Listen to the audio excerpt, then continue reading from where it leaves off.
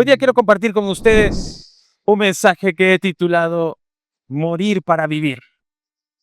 Tenemos que hablar de eso que hoy día estamos celebrando. Una de las cosas más difíciles de explicar hoy en día son los milagros. ¿Cuántos creemos en milagros? ¿Cuántos nos gustaría experimentar un milagro? ¿O cuántos ya hemos experimentado un milagro? Ay, medios. ¿Cuántos hemos experimentado un milagro? El Señor es bueno siempre y hay muchos milagros que suceden a nuestro alrededor. Muchas personas afirman haber sido testigos de milagros, mientras otros afirman que no existe. Sí, hay muchos que dicen que los milagros no existen, porque no se pueden comprobar.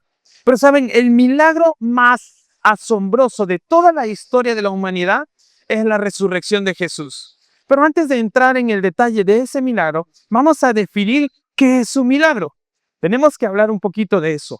Tenemos que hablar de qué es un milagro. Un milagro es un evento sobrenatural. Escuche bien esto. Un milagro es un evento sobrenatural que altera las leyes naturales por un momento y que solo puede ser realizado por alguien sobrenatural.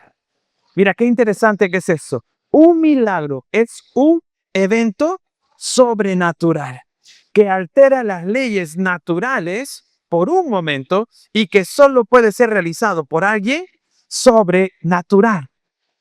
Esto es importante porque nuestro mundo está sujeto por leyes naturales. Cierto, tenemos leyes naturales, las leyes de la gravedad, por ejemplo. La gravedad es una ley. Todos estamos sujetos a la gravedad. Cierto, si saltamos, ¿qué pasa? Volvemos a caer. ¿Por qué? Porque estamos sujetos a la ley de la gravedad. ¿Cierto? Hay muchas leyes que no tienen leyes de la termodinámica, tenemos leyes de causa y efecto, tenemos un montón de leyes que son naturales y que son leyes para toda la creación. Las leyes naturales significa que todo nuestro mundo se rige por ellas. Ahora, un milagro significa que es un evento sobrenatural que está por encima de esas leyes y que sucede una sola vez. Las altera en un momento determinado, las altera esas leyes, pero después todo vuelve a su normalidad. Por ejemplo, si no sé cuántos de ustedes saben que hay un día que falta en la historia de la humanidad. ¿Sí? A lo largo de toda la historia de la humanidad han hecho un recuento y resulta que falta un día. Y la única explicación, ¿cuál es? Cuando Josué estaba peleando una batalla, le dijo al Señor, Señor, detén el sol, ya lo retrocederé. ¿Para qué? Para que nos des más tiempo para ganar esta batalla. Y Dios hizo lo que Josué le pidió y ese es el día que nos falta en la historia de la humanidad. Ahora mi pregunta es, ¿eso sucede todo el tiempo? No, sucedió una sola vez. ¿Estamos de acuerdo? Entonces, los milagros que son eventos sobrenaturales que suceden en un momento determinado, ¿sí? Y que solo puede ser realizado ¿por quién? Por alguien sobrenatural. Entonces, cuando nosotros vemos a alguien que dice, vamos a hacer esto y yo voy a sanar y yo voy a hacer y yo voy a hacer lo otro, te voy a decir algo, no vayas a esa iglesia. ¿Por qué? Porque el único que hace milagros, ¿quién es? Es Dios. ¿Dios sana, sí o no? Claro que Dios sana. ¿Dios restaura, sí o no? Entonces, ¿Dios sigue obrando de una manera sobrenatural, sí o no? Entonces, tenemos que creer que tenemos un Dios sobrenatural que usa a las personas, pero las personas no somos Dios. Las personas somos instrumentos útiles en las manos de Dios. ¿Quién hizo los milagros, Dios o Moisés? Dios. ¿Quién hizo los milagros, Elías o Dios? Entonces, ¿qué fueron Moisés y Elías? Instrumentos en las manos de Dios. Amén. Entonces, ¿cuántos de nosotros podríamos orar por un muerto, por un enfermo, digamos, y el enfermo se sana? ¿Nos podría pasar a nosotros, sí o no? Claro que sí. Dios te puede usar. Dile a la persona que está a tu lado, Dios te puede usar para hacer un milagro. Entonces, nosotros tenemos que creer en los milagros. ¿Creemos en los milagros, sí o no? Porque tenemos un Dios que está por encima de lo natural. Y nuestro Dios es el creador del cielo, de la tierra y del universo. Entonces, Él puede alterar la creación cuando Él quiera. Pero uno de los milagros más asombrosos siempre es el de la resurrección. Porque cuando nosotros vemos una persona morir, ¿cuántos de nosotros aquí esperamos para que resucite? ¿Por qué no lo esperamos? Porque la verdad es que pensamos que ya, Jesucristo resucitó y ahí se acabaron las resurrecciones. Pero la verdad es que nosotros no esperamos ese milagro, porque es demasiado asombroso. Pero antes de Jesús, la Biblia dice, los evangelios nos cuentan que hubieron 3 resurrecciones. Estuvo la hija de Jairo, ¿se acuerdan? Jesús resucitó a la hija de Jairo. Jesús resucitó al hijo de la viuda, ¿se acuerdan? Y también Jesús resucitó ¿a quién? A Lázaro. Pero yo tengo una pregunta. ¿Lázaro sigue vivo hasta ahora? Hay mucha gente que dice que Lázaro está en los sótanos del Vaticano amarrado junto con Caín. No, ¿ok? No. Lázaro fue resucitado, inmediatamente sucedió el milagro. ¿Y qué volvió a ejercer sobre Jairo, sobre Lázaro? Las leyes naturales. Lázaro, después de que Cristo lo resucitó, envejeció, le volvió a dar gripe, se cansaba, tenía hambre. ¿Y sabe qué pasó con el tiempo? Lázaro murió otra vez. Si alguien dice, ¿quiénes murieron 2 veces, Lázaro? Se murió 2 veces. ¿Estamos de acuerdo? Y Lázaro murió. Porque las leyes naturales volvieron a estar sobre él. Ahora, ¿por qué el de Jesús, el milagro de la resurrección de Jesús, es más asombroso que los otros 3? Primero, porque ¿quién es el que resucita a Jairo, al hijo de la viuda y a Lázaro? A la hija de Lázaro, a la hija de Jairo, por si acaso, ya lo maté a Jairo, pobrecito que resucité, ¿sí? A la hija de Lázaro, a la hija de Jairo, perdón, se me desglosó todo, ya, a la hija de Jairo, al hijo de la viuda y a Lázaro. ¿Quién los resucitó? Jesús. Pero en la cruz, ¿quién se murió? ¿Y ahora quién lo resucita a él? ¿Me entiende? Entonces, por eso el milagro es asombroso, porque el mismo que resucitaba murió y él también resucitó. Entonces, es un milagro poderoso, es un milagro increíble. ¿Estamos de acuerdo, sí o no?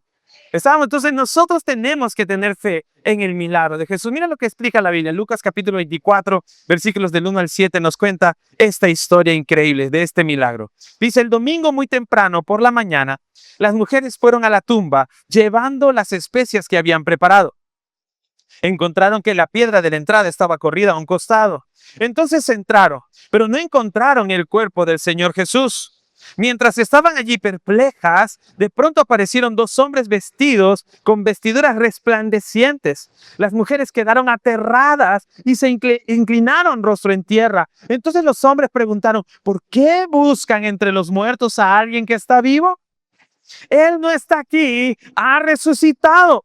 Recuerden lo que les dijo en Galilea, que el Hijo del Hombre debía ser traicionado y entregado en manos de hombres pecadores y ser crucificado, pero resucitaría al tercer día. Me encanta este escrito de Lucas, porque Lucas es un médico que se convirtió en historiador. Y él fue recopilando testimonios. Y me llama la atención cómo él relata exactamente lo que pasó. Y cómo estas mujeres se encontraron con 2 ángeles y los ángeles le dijo, ¿qué hacen buscando aquí? Él no está, él ha resucitado. Y son los ángeles que les tienen que decir, recuerden lo que les dijo en Galilea. ¿Cuántos somos discípulos de Cristo?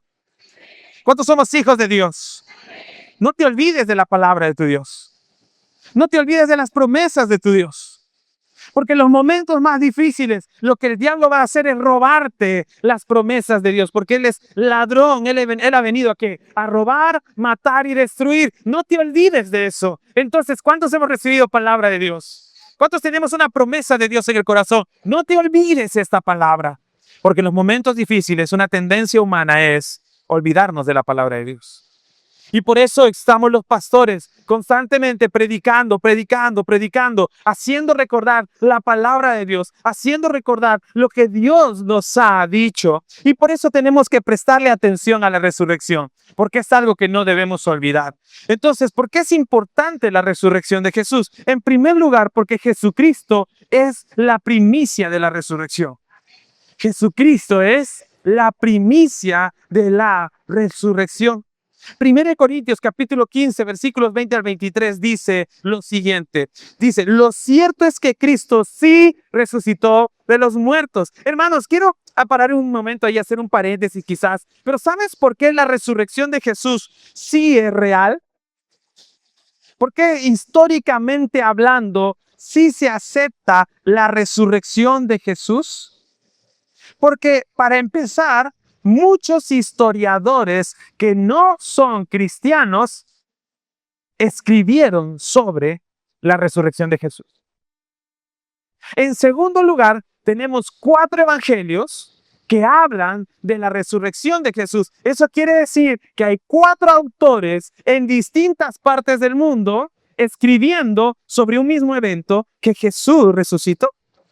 En tercer lugar, los cristianos de la iglesia primitiva, los primeros cristianos, morían, daban sus vidas porque ellos creían en su corazón que Cristo había resucitado. Y te voy a decir algo, nadie se entrega por una mentira. Entonces ellos estaban convencidos en su corazón de que Jesús había resucitado. ¿Y por qué? Por la cantidad de testigos. ¿Cuántas personas vieron a Jesús resucitado? Por lo menos 500 personas vieron a Jesús resucitado. Y tú te preguntabas, pastor, pero 500 personas son poquitas. En una ciudad de 11 o 12 millones de personas como Lima, 500 personas no es nada. Pero hermanos, no habían ciudades tan grandes en el tiempo de Jesús.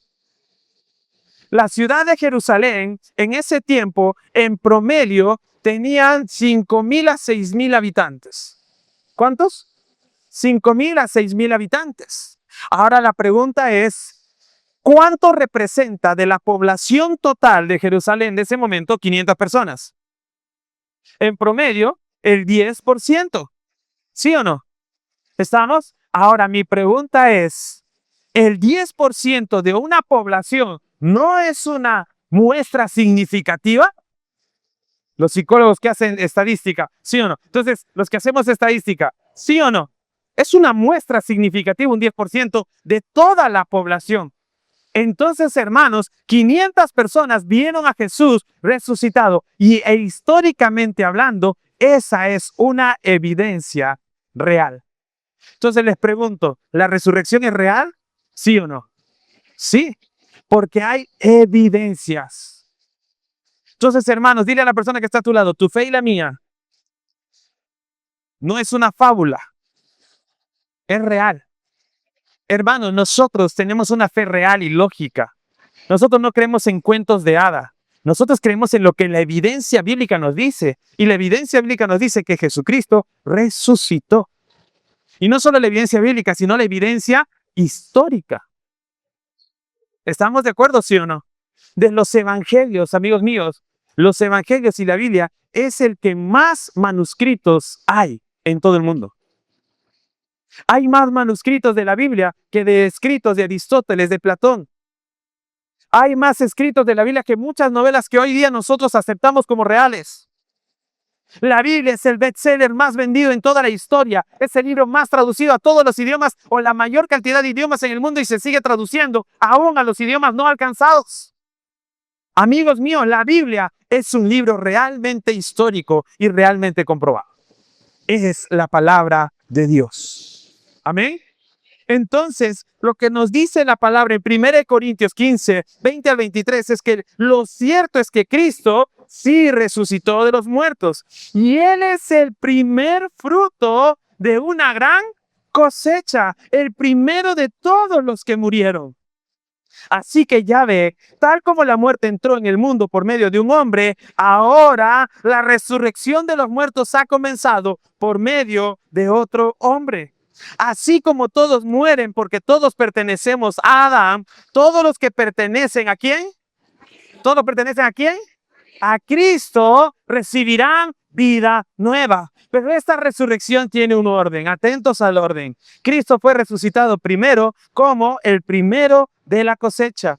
Luego todos los que pertenecen a Cristo serán resucitados cuando Él regrese. Y nosotros podemos ir a 1 de Tesalonicenses, donde nos explica cómo será esto. Cuando Cristo venga, los muertos en Cristo resucitarán primero.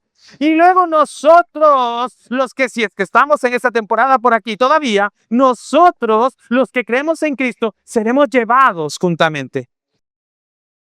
Ya eso se le conoce como el arrebatamiento de la iglesia. ¿Cuántos serán arrebatados?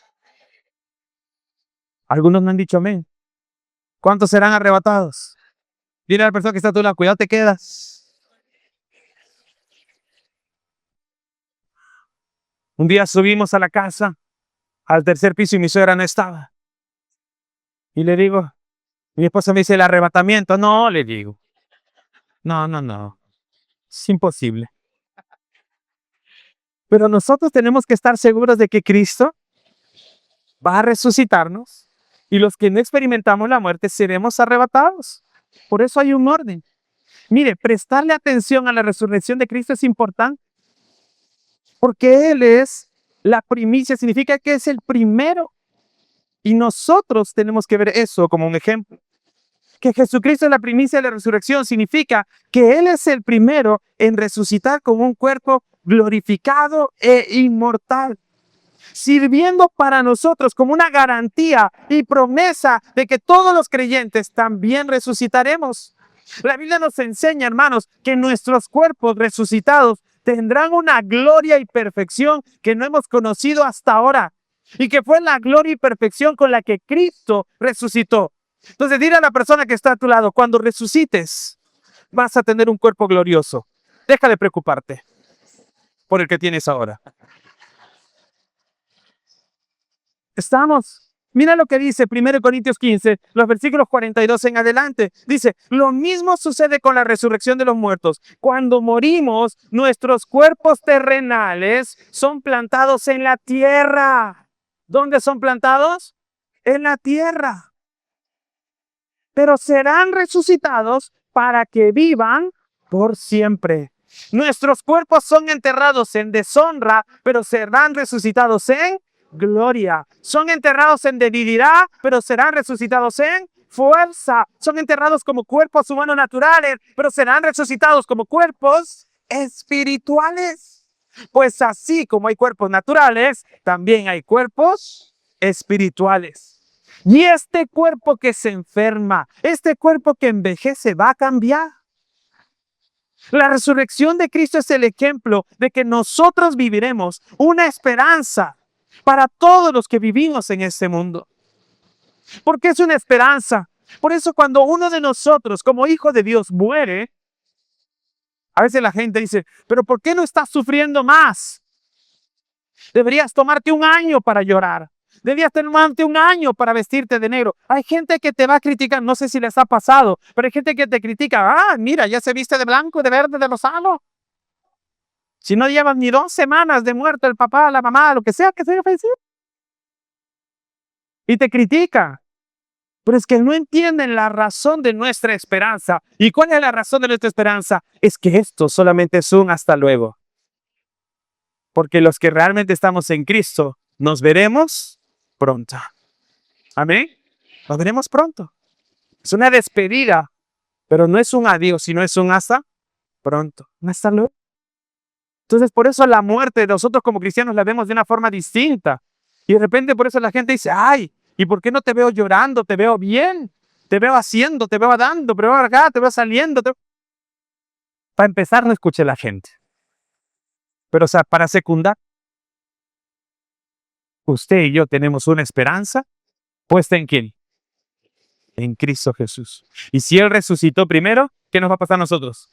También resucitaremos. Así es que mira a la persona que está a tu lado. No te enojes con ella, porque también va a resucitar. ¿Estamos?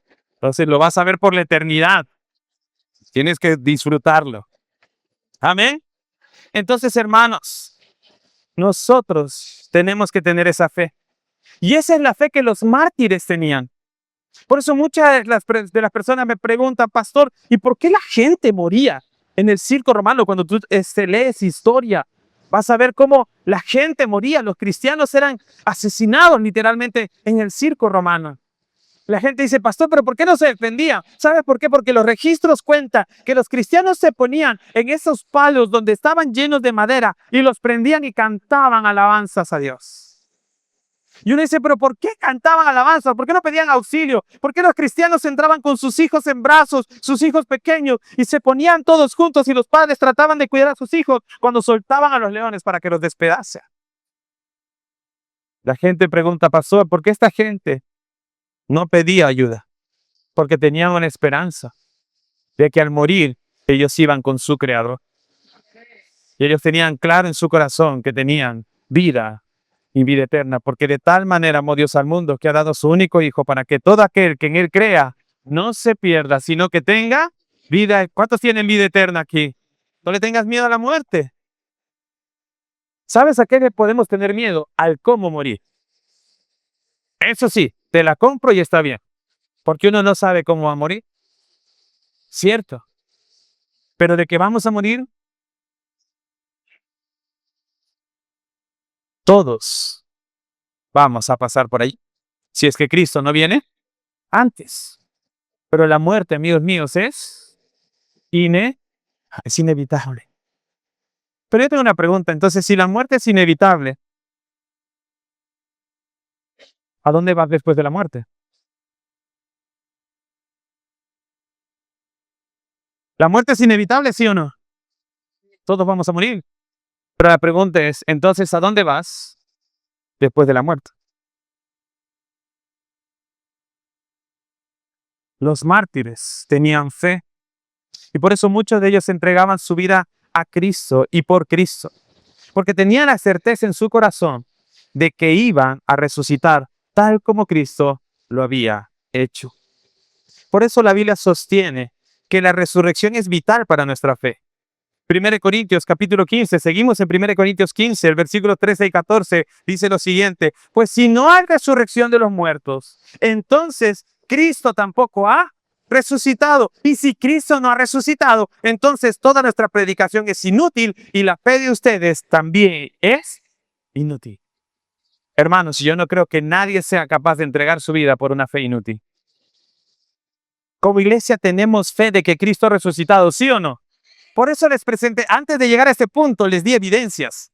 Les he mencionado las evidencias, para que nadie me diga, no, pero pastor, ahí está. No, les he dado evidencia de que la resurrección es real, científicamente comprobada, porque la historia científica o la historia es una ciencia que prueba la resurrección de Cristo Jesús. Entonces, hermanos, nosotros debemos aceptar la resurrección como un hecho real, ¿sí o no? Sí, porque hay demasiada evidencia de la resurrección de Cristo. Entonces, si Cristo resucitó, entonces nuestra fe tiene sentido y nuestra predicación también tiene sentido. Hermano, no dejes de creer en Dios.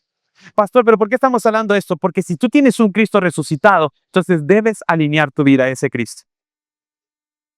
Tienes que vivir para la gloria de ese Cristo. Tenemos que tener fe en la persona de Cristo y tener fe en la obra redentora de Cristo, y por su muerte y resurrección es que nosotros tenemos una certeza de que también nuestra muerte no es el fin, sino es el camino a la resurrección futura. ¿Cuántos tienen esa certeza? ¿Cuántos creen que Cristo los va a resucitar? ¿Están seguros? Entonces, ¿por qué vivimos con tanto pesimismo esta vida? ¿Por qué nos aferramos tanto a esta vida? ¿Por qué hacemos tanto para encajar en este mundo si no somos de este mundo? Si no pertenecemos a este mundo. Nos esforzamos porque la gente nos acepte y a veces incluso negamos nuestra fe para que otros nos acepten. ¿Por qué, amigos míos? Si tenemos un Dios vivo. ¿Cuántos tienen un Dios vivo? Entonces, ¿tu Dios te ve? ¿Sí o no? Tu Dios, nuestro Dios, nos ve en el cuarto, nos ve en el baño, nos ve en la universidad, nos ve en el colegio, nos ve en el instituto, nos ve en el trabajo, nos ve en nuestra casa, nos ve en la calle, nos ve en la combi, nos ve cuando estamos en el tráfico, nos ve en la iglesia. Te preguntes, ¿cuántos estamos aquí hoy? Pero la mente. Porque a veces traemos el cuerpo, pero la mente no. Estamos pensando en lo que vamos a almorzar al salir. Usted no debe estar pensando en ese. Vamos a resolver el almuerzo todos juntos y nos llevamos al pastor a almorzar. Gracias por lo que dijeron, amén. Los que se rieron, los perdono. Pero mentira, ¿qué hacemos pensando en eso? Trae el cuerpo, pero también asegúrate de traer ¿qué cosa? La mente y el corazón a la iglesia. ¿Estamos de acuerdo, sí o no? ¿Alguien dice amén? Entonces, hermanos, si los que somos hijos de Dios también vamos a resucitar, es importante recordar una verdad más. No puede haber resurrección sin muerte. Amén. No puede haber resurrección sin muerte. Y por eso el segundo punto que quiero compartir con ustedes esta mañana es que debemos morir para vivir. Debemos morir para vivir. Y por eso es importante prestarle atención a la resurrección. Sin muerte no hay resurrección. Debemos morir para vivir. Muchas veces hablamos de la vida y muerte de Jesús.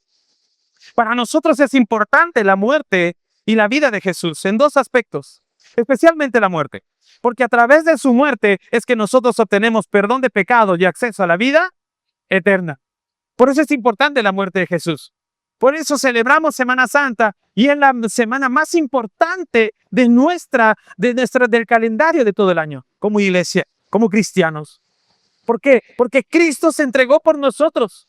Cargó su cruz, como lo vieron ahora, el pobre Jesús de rato en rato bajaba los brazos porque le dolía ya, ¿no? Pero volvía a subir los brazos. Se quería subir a la cruz, pues se le caía la cruz. Cuando resucitó el soldado le dijo, vuelve a subir a la cruz. Lo quería volver a crucificar. Pero los niños son un éxito. Pero por su muerte, nosotros tenemos vida. Nunca te olvides que Jesús se subió a la cruz para que tú y yo no lo tuviéramos que hacer. Porque los verdaderos pecadores somos nosotros.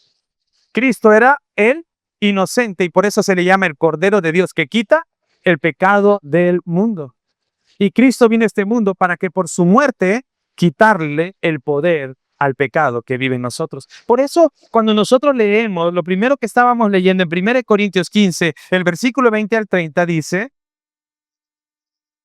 así que ya, el versículo 21, ya ven, tal como la muerte entró en el mundo por medio de un hombre, ahora la resurrección de los muertos ha comenzado por medio de otro hombre.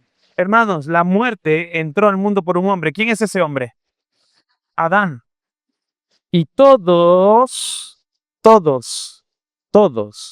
nacemos con pecado. Ayer estaba estudiando un curso que estoy llevando sobre genética humana. Estaba estudiando todo esto y cuando yo empezaba a buscar todos los puntos, los cromosomas y todo lo que viene, toda la genética que viene alterada y todo lo demás, que no voy a explicarles ahora porque yo tampoco lo entendí todo. Estoy en el proceso. Pero cuando me voy dando cuenta de las mutaciones y alteraciones que sufre el gen, yo lo único que puedo decir es que el mundo va buscando por qué sucede, pero yo solamente puedo decir es por el pecado del hombre.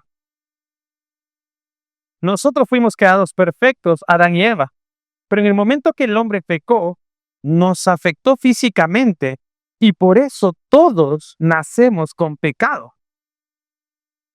Y si es que me da chance de conversar, le puedo explicar que genéticamente el pecado está presente y se traspasa.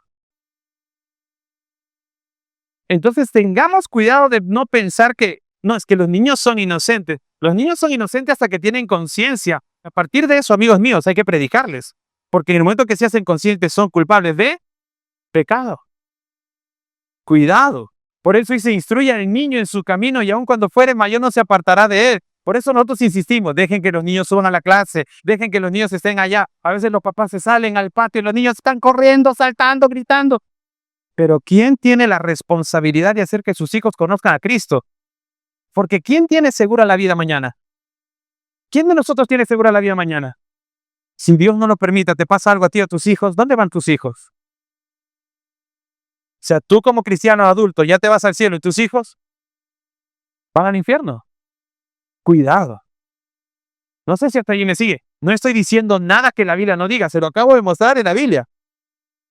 Por Adán entró el pecado y la muerte al mundo. Pero también por una persona entró el perdón de los pecados. ¿Quién? Cristo Jesús. Si nosotros recibimos a Cristo en el corazón, si tú le entregas tu vida a Cristo, puedes recibir vida eterna. Pero hermanos, nosotros a través de la muerte de Cristo también recibimos perdón de pecados, pero también es el cumplimiento de la palabra de Dios y de todas las profecías de la Biblia, lo cual le da autoridad a la palabra de Dios. ¿Por qué la palabra de Dios tiene autoridad? Porque las profecías que están en la palabra de Dios se van cumpliendo. Solamente en Cristo Jesús y en su muerte se han cumplido más de 300 profecías. Solo en la vida, muerte y resurrección de Jesús, ¿cuántas profecías se han cumplido? Más de 300. Y por eso la palabra de Dios tiene autoridad. Hermanos, si hay alguien aquí que me dice, Cristo no existió, tú no tienes más mínima idea de historia. Porque si no hablamos del Cristo divino, podemos hablar del Cristo histórico, y el Cristo histórico es real. Si no fuera real, ¿por qué tendría el poder de partir la historia en antes y después de Cristo si no existió?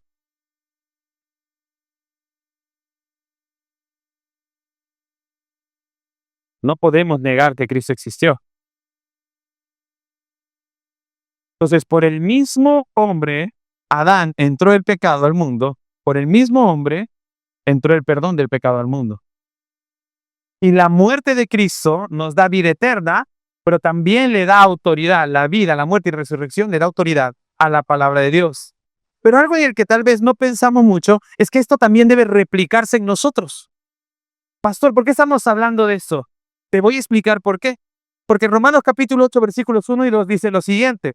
Romanos 8, 1 y 2 dice lo siguiente. Por lo tanto, ya no hay condenación para los que pertenecen a Cristo Jesús. Y porque ustedes pertenecen a Él, el poder del Espíritu que da vida, ¿qué dice qué? ¿El poder que da? ¿Que da qué? Que da vida, los ha libertado del poder del pecado que lleva a la muerte. Por medio de Cristo. ¿Quién levantó a Cristo de los muertos? El mismo poder de Dios, el Espíritu Santo. ¿Y qué poder habita en nosotros? El Espíritu Santo. Hermanos, el apóstol Pablo nos enseña que para nosotros ya no hay condenación por parte del enemigo, sino que ahora somos libres y hemos pasado de muerte a vida. ¿Cuántos son libres? ¿Cuántos hemos pasado de muerte a vida? Entonces tienes que estar vivo. Dile a la persona que está a tu lado, estás vivo. Dile al que está a tu lado, estás vivo. O despierta, dile, oye, despierta, estás vivo. Porque algunos están, amén. Sí. ¿Cuánta vida? Tenemos que aprender eso. Nosotros hemos muerto a este mundo y hemos resucitado juntamente con Cristo en un plano espiritual. ¿Cuántos se han bautizado ya? ¿Cuántos son bautizados? Levanten la mano. Ah, ya. Está muy bien. Pero por inmersión, no por aspersión. No por mojarles la cabecita, sino por inmersión, como la Biblia enseña que debe bautizarse. La misma palabra bautizo significa sumergir. No dice echar agüita. ¿Estamos? Entonces el bautismo debe ser inmersión. ¿Estamos? ¿Cuántos han sido bautizados? Muy bien. Entonces, ¿tú sabes lo que hiciste en el bautizo? El bautizo no es un acto que se hace cuando yo estoy bien. La gente siempre me dice, pastor, yo no me bautizo porque todavía peco. Yo estoy bautizado hace más de 20 años y todavía peco. También me equivoco. El bautizo no te salva. El bautizo es una evidencia de que ya sucedió algo internamente. Es la evidencia externa de lo que ya sucedió en el corazón. Ah, pero significa que me bautizo y hago lo que sea. No, tampoco. No. Significa que algo ha sucedido en mi corazón. Significa que yo he muerto al mundo y he resucitado juntamente ¿con quién? Con Cristo. Entonces, por eso es importante el bautizo en agua y por sumergir a las personas. ¿Por qué? Porque cuando yo entro al agua, te estoy diciendo, yo creo en Cristo. Y tal como Él, sé que estoy vivo. Pero he muerto a este mundo, porque Cristo estuvo muerto y por eso entras al agua. ¿Pero qué? Pero yo he resucitado en Cristo Jesús y ya no salgo igual. ¿Por qué? Porque Cristo vive en mí. ¿Cuántos tienen a Cristo en su corazón? Y por eso nos bautizamos, amigos. Espiritualmente ya hemos resucitado con Cristo. Físicamente este cuerpo debe morir y después va a venir la resurrección que ya leímos. Entonces hay dos cosas que necesitamos replicar de Jesús, que necesitamos imitar de Jesús. Y en primer lugar es que debemos morir. Dile a la persona que está a tu lado, tienes que morir, lo siento.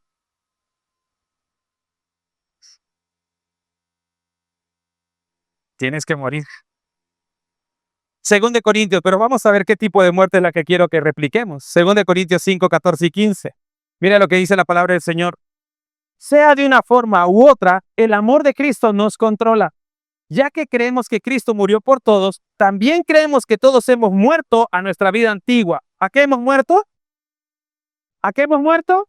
A nuestra vida antigua. Mira, y versículo 15 dice, Él murió por todos para que los que reciben la vida nueva de Cristo ya no vivan más para sí mismos, más bien vivirán para Cristo, quien murió y resucitó por ellos. Y por eso el apóstol Pablo dice más adelante, para mí el morir es ganancia, pero el vivir es Cristo. El vivir es Cristo y el morir es ganancia.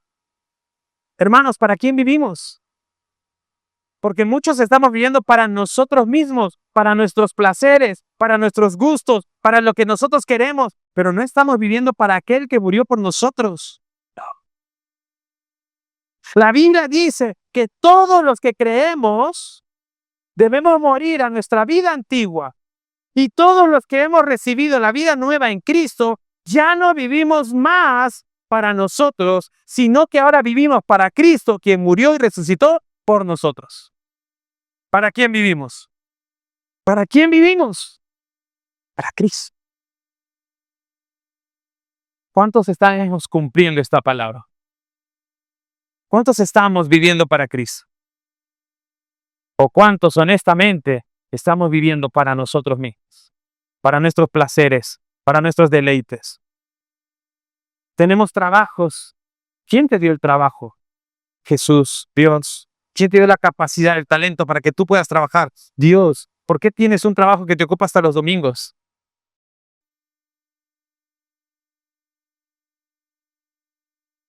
¿O por qué tienes un trabajo que no te deja ni congregar, no te deja hacer nada para Dios? Entonces, ¿para quién estás viviendo? ¿Para el trabajo? ¿O vives para el dinero? ¿O vives para el celular?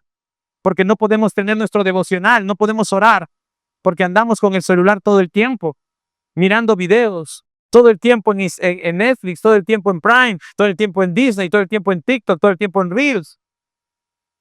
Hermanos, y si tú paras todo el tiempo mirando esa pantalla, tarde o temprano te vas a empezar a caer en los pecados de esas pantallas. Pornografía, ansiedad, insomnio. Porque no estamos viviendo para Cristo. Entonces, hermanos, ya que estamos en Semana Santa, es bueno hacer una autoevaluación honesta y sincera y reconocer si realmente hemos vuelto a la vida antigua o todavía la estamos cargando. ¿Realmente hemos muerto a la vida antigua? O quizás hay áreas en las que todavía el viejo hombre no ha muerto. Hemos dejado de tomar, hemos dejado de fumar, hemos dejado de salir a fiestas, o hasta hemos cambiado nuestros programas de televisión, pero seguimos con resentimientos, seguimos con malos deseos, decimos groserías, mentimos con facilidad, disfrutamos de las bromas de doble sentido. O quizás no podemos adoptar la nueva vida en Cristo. No podemos orar fielmente, no leemos la palabra, no podemos congregar, no podemos ser honestos.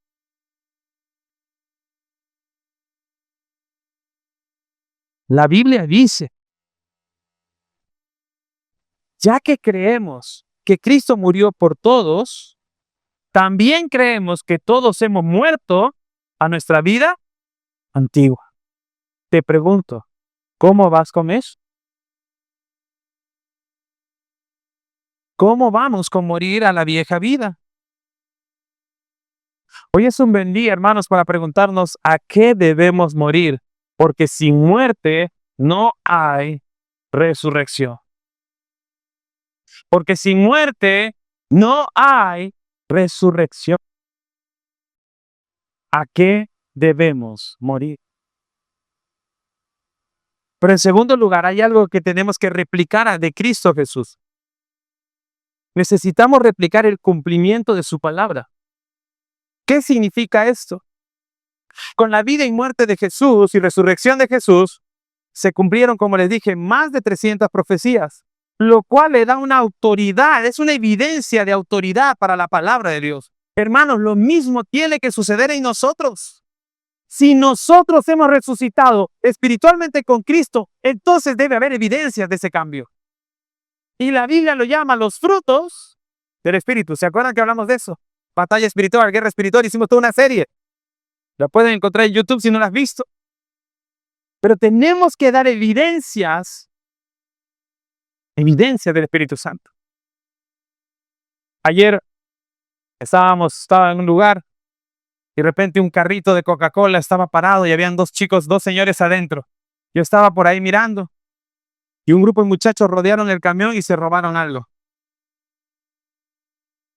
Yo iba a bajar y quería alertar, pero después me di cuenta que había hombres adentro de ese camión que no se dieron cuenta. Pero cuando yo los vi llegar, yo sabía que iban a hacer algo. El Espíritu me lo decía. Después me sentí mal. ¿Por qué? Porque no hice lo que debía hacer. Y amigos míos, eso también es un pecado. A veces nosotros estamos preocupados por no hacer cosas. No, yo no tengo que hacer eso, yo no tengo que hacer eso. Pero hay cosas que sí debemos hacer que tampoco estamos haciendo. Tenemos que pensar en eso, amigos. ¿Sabes por qué? Porque cuando la gente ve en nosotros las evidencias de que somos de Cristo, eso le da autoridad a su palabra. Así como las 300 profecías que se cumplieron en la vida y muerte de Jesús le dieron autoridad a la palabra de Dios, así también los frutos del Espíritu Santo en nosotros, como cristianos, le va a dar autoridad a la palabra de Dios. ¿Amén o no? ¿Sí me sigue hasta allí? ¿Me entiende eso? Si nosotros tenemos evidencias de la vida nueva que Cristo ha puesto en nosotros, el mundo va a glorificar a Dios. Y van a conocer a Cristo a través de ¿quién? De nosotros. Y cuando tú das evidencias de tu resurrección en Cristo, ¿sabes qué vas a hacer? Te vas a poder sentar con tu familia y decirle, mira, quiero predicarte de Cristo. Y tu familia no te va a decir, si tú tomabas con nosotros, yo te conozco tus peores pecados, yo sé lo que tú hacías. Pero como le has dado evidencias, ahora esa familia que antes te acusaba, ahora te va a escuchar. Porque tu cambio, tus evidencias le dan autoridad también a tu predicación. Por eso es importante que nosotros demos testimonio para predicarle a aquellos que no conocen a Cristo. En un mundo como el nuestro, hermano, menospreciar el poder de las evidencias no puede suceder. Porque se supone que estamos en un mundo muy científico hoy en día, ¿cierto? Que les gustan las evidencias.